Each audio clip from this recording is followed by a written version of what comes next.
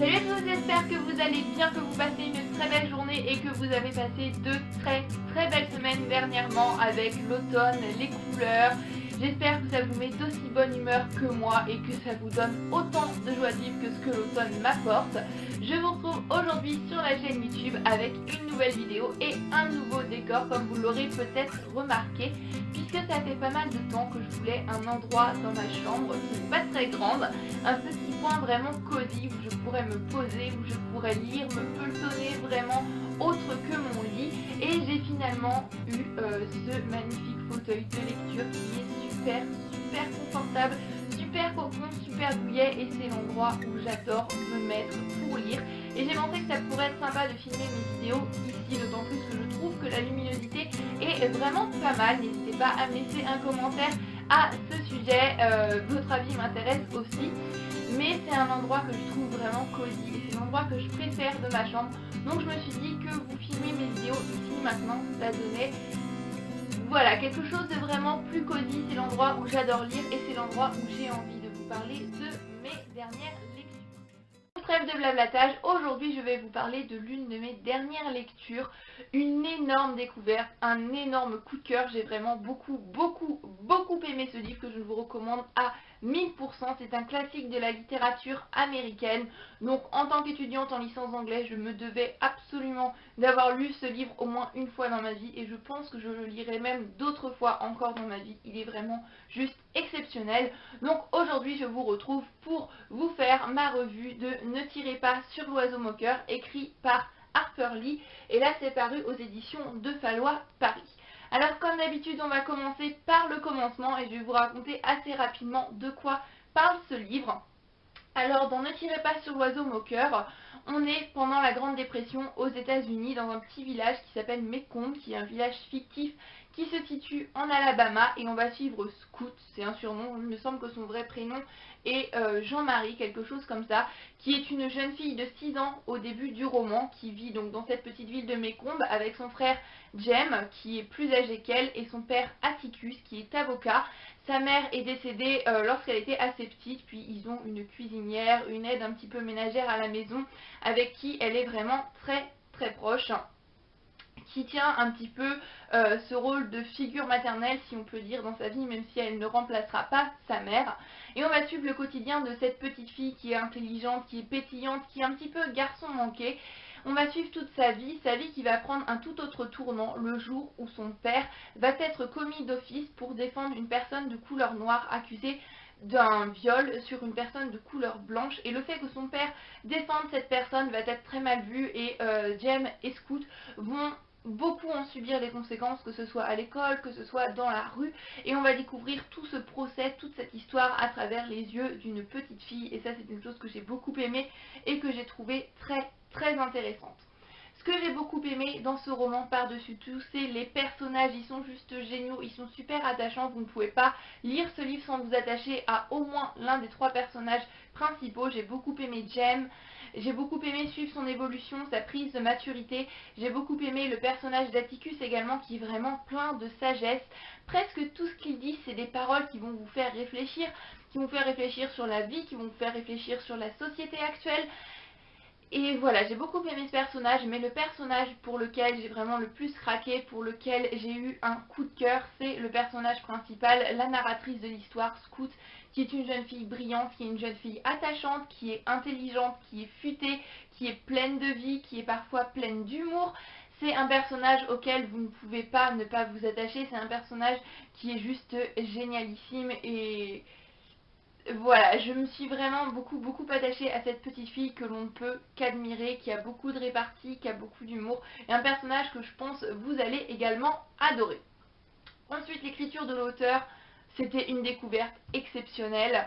Harper Lee, c'est une femme, je tiens à préciser, puisque lorsque j'ai commencé ce livre, j'étais persuadée que c'était un homme, mais non, c'est une femme, a une écriture vraiment magique. Elle fait des tournures de phrases parfois vraiment très poétiques. Elle traite beaucoup de sujets, des sujets assez lourds, mais elle les traite magnifiquement bien avec une écriture qui reste vraiment très fluide, c'est très addictif. Une fois qu'on commence ce livre, on a vraiment envie de continuer et ne plus s'arrêter. J'ai mis 2 semaines à lire ce livre, mais c'est 2 semaines puisque j'avais vraiment d'autres choses à faire et que j'avais pas vraiment le temps de me plonger dedans. Mais je suis finalement contente d'avoir mis 2 semaines à lire ce livre puisque j'ai pu le savourer. J'ai pu, à chaque fois que je lisais une page, savourer toute cette page et être contente de ce que j'avais lu. Sinon, je l'aurais vraiment dévoré en 2 jours, c'est sûr et certain. Mais c'est le genre de livre que l'on n'a pas envie de quitter.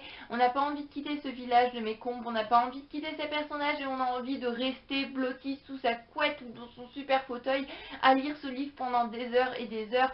C'est un pouvoir vraiment exceptionnel d'attraction qu'a ce livre sur nous. Une fois qu'on commence, on peut juste ne plus le lâcher. L'histoire, je le trouvais vraiment très intéressante, très prenante et très touchante à la fois. L'auteur a vraiment un don pour ça également. Il y a des moments où j'ai ri, des moments où j'ai souri et des moments vraiment où j'ai eu le cœur qui se serrait, les larmes aux yeux. Elle nous fait passer par toutes les émotions d'une vie, par toutes les émotions que ressent donc le personnage principal de Scout, et elle traite vraiment de tout un tas de sujets qui sont vraiment très bien traités et qui vont vous faire réfléchir, c'est obligatoire, notamment du racisme qui est un des thèmes principaux de ce livre.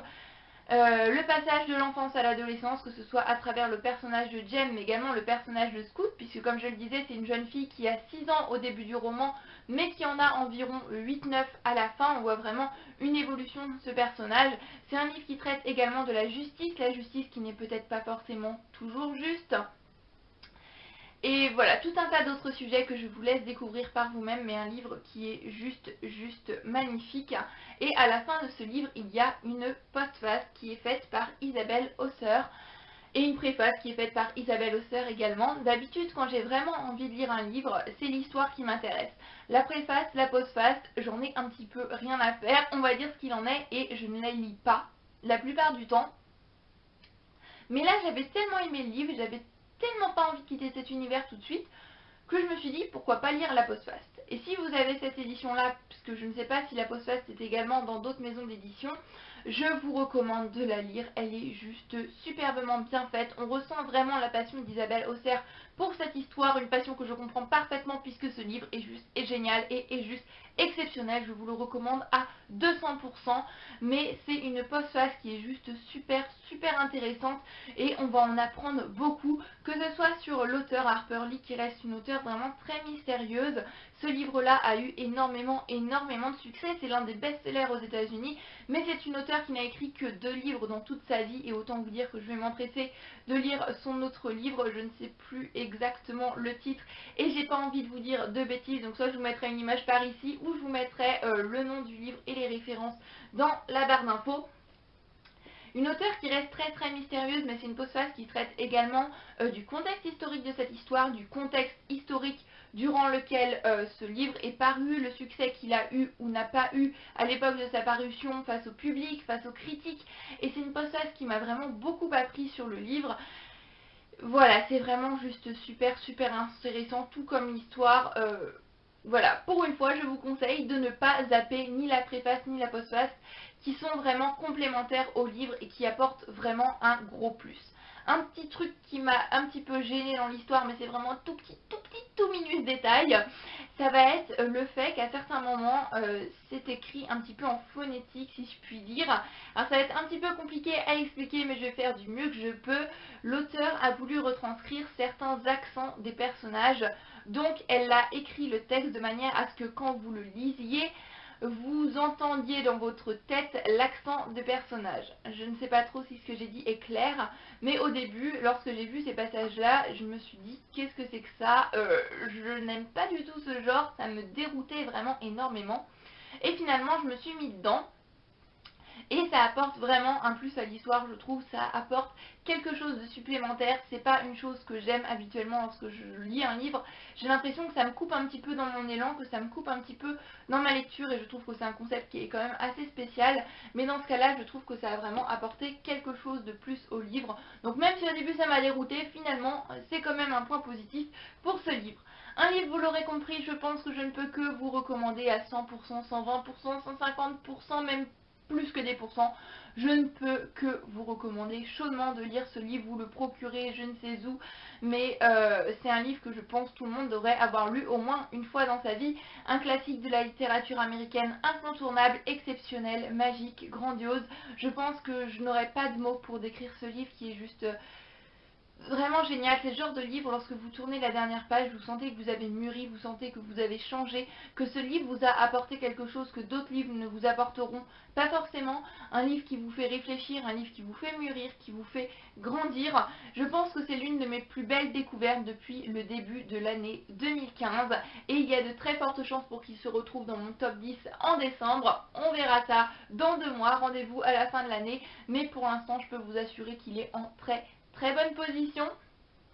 Donc voilà, c'en est tout pour ma revue sur Ne tirez pas sur l'oiseau moqueur de Harper Lee, un livre que je vous invite grandement à vous procurer, à emprunter et à acheter ce que vous voulez, mais il faut absolument que vous l'ayez lu. Si vous aussi vous avez lu Ne tirez pas sur l'oiseau moqueur, n'hésitez pas à me laisser un petit commentaire pour partager votre avis, ça me ferait vraiment très plaisir de discuter de ce livre avec vous.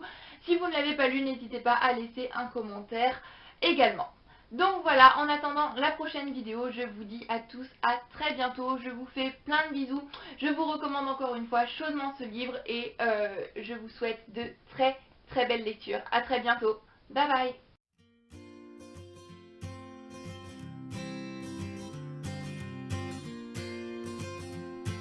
Ce n'est pas parce qu'on est battu d'avance qu'il ne faut pas essayer de gagner. Elle voyait le monde à sa façon. Bien différente de la mienne, je te l'accorde. Je t'ai déjà dit, si tu n'avais pas perdu ton sang-froid, je t'aurais quand même envoyé lui faire la lecture. Je voulais que tu comprennes quelque chose, que tu vois ce qu'est le vrai courage. Au lieu de t'imaginer que c'est un homme avec un fusil dans la main, le courage, c'est savoir que tu pars battu, mais d'agir quand même sans t'arrêter. Tu gagnes rarement, mais cela peut arriver. Ici, Dumbo a gagné. C'est 45 kilos. Ainsi qu'elle l'entendait, elle est morte libre de toute attache. C'était la personne la plus courageuse que j'ai connue.